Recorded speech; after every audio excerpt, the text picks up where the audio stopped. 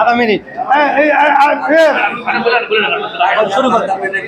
আচ্ছা, এখানে আজকে আমরা যেখানে মাননীয় সংসদ চেয়ার আসনের তার কাছে আমরা যে স্মারকলিপিটা দিলাম, আমাদের এই স্মারকলিপিটা দেওয়ার উদ্দেশ্য হচ্ছে এই, আমরা যারা বৈষম্য বিরোধী আন্দোলন করেছি, এটা ছাত্রদের চাকরি আর ওই কি বলে ওইটার জন্য বৈষম্য না, সকল বিষয় নিয়েই বৈষম্য বিরোধী আন্দোলন। আজকে বাংলাদেশের মানুষ বৈষম্যের শিকার হচ্ছে।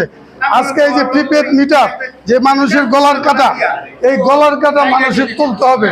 আরেকটা বিষয় হচ্ছে, এখন অনৈতিকভাবে অন্যায়ভাবে যে ডিপিটিসি যেভাবে বিদ্যুতের বিল দিচ্ছে, এই বিলগুলি যথাযথ যুক্তিসঙ্গত না। আমার মাথার মিটারে টোটাল 4-5টা মিটারের বিল আছে, ওইটারে সমন্বয় করে বিল দিবে। কোনো মিটারে দেখা গেল 150 মিটার হচ্ছে, মাথার মিটারেতে গিয়ে সব মিলে 500 বা 600 হয়ে গেছে, তখন কি আমাকে 18 টাকা করে বিল দিতে হবে?